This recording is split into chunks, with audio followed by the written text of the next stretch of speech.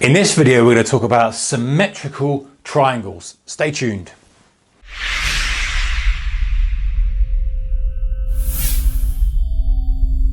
Hey traders, a very warm welcome to you. So in this video, we're talking about symmetrical triangles. First of all, let me just draw the basic pattern, then let's drill right into it. Let's see exactly how they form, why they form, what it's all about, the causes of it, and most important, how we can trade it. Okay, let's get a good position on the board.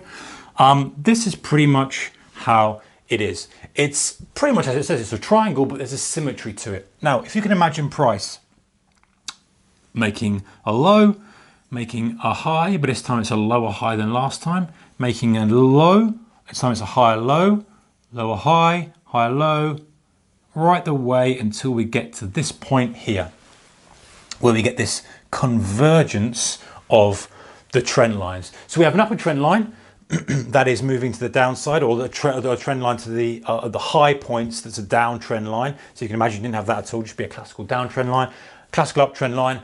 This is the symmetrical triangle, is where they're coming together to a point. Now, these triangles work very, very well on a multitude of time frames.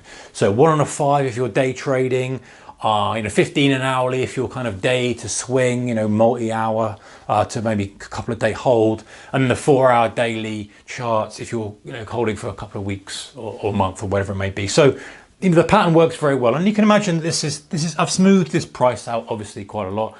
The average chart is going to be a lot more choppy than this. It's going to be a lot more noise going on, but this is kind of strips out the noise and gives us the theme. And if you want to replicate this on a chart, by the way, guys, a little tip is take price off and just have something like a 5-period moving average. While you shouldn't be trading off that, it might give some clarity as to kind of isolating these patterns if you're new to trading and kind of can't visualize sometimes, strip the noise out for yourself. If you don't take price off and leave a moving average on, then it might give you a bit more clarity on this. So what's the idea of this? And let's look at it in terms of supply demand. But first of all, before we do that, let's move on to talk about exactly what we're looking for as traders. So as this price converges to a point, the textbook tells us that we buy an aggressive breakout here, which it generally is usually sensible, because we have volume kind of chugging along here. Imagine this is volume, guys, chugging along here, and then all of a sudden we'll have that burst of volume to confirm the breakout. And the theory being is,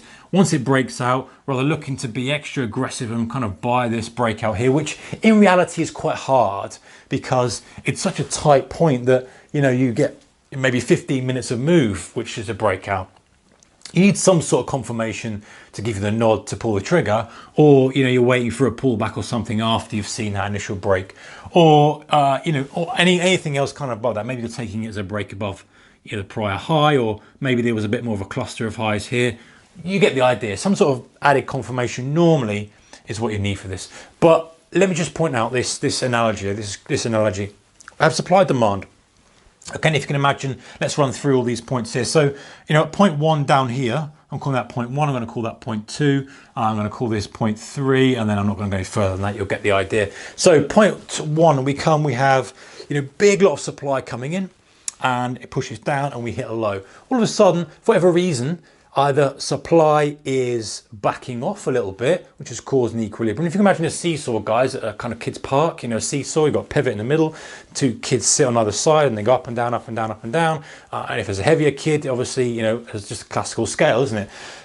You can imagine that supply demand is exactly the same thing. Now, for the seesaw to move up in one direction, you're either going to have more supply, i.e. more weight on this side, or less demand, less weight on this side. There's 2 ways for it to move up, isn't there? Not just sellers coming in or buyers coming in. It's a difference between the two. So this is what happens here.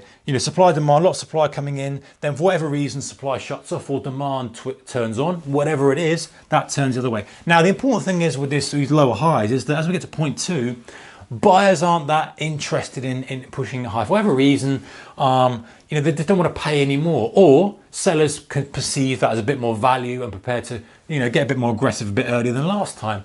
That's the kind of thing that happens. But important thing to note with this symmetrical triangle is that as we come to this point, they're becoming less and less interested in it, less and less interested in it. And if you can imagine again that seesaw kind of up and down, and the amplitude starts to dampen off a little bit until it just sits there. Now, what happens is, if one side then just jumps off, it's going to immediately shoot in one direction. That's pretty much what's happening here. Or if someone's friend comes along and sees them sitting there doing nothing, just jumps on one side, it's going to shoot in one direction. It's pretty much what's happening here. Excuse the analogy, by the way, but I think you get the idea. It's pretty much what's happening here. Is that as we get to this point where there's nothing going on, no one's that excited, all of a sudden, supply demand, poof, one direction, there will be a lot of movement, a lot of price movement in a very short period of time, added with the volume to kind of confirm that there is a lot of participants coming in, or there is a big battle. And if there's still a big battle and there's still a big supply demand shift, then it's even better.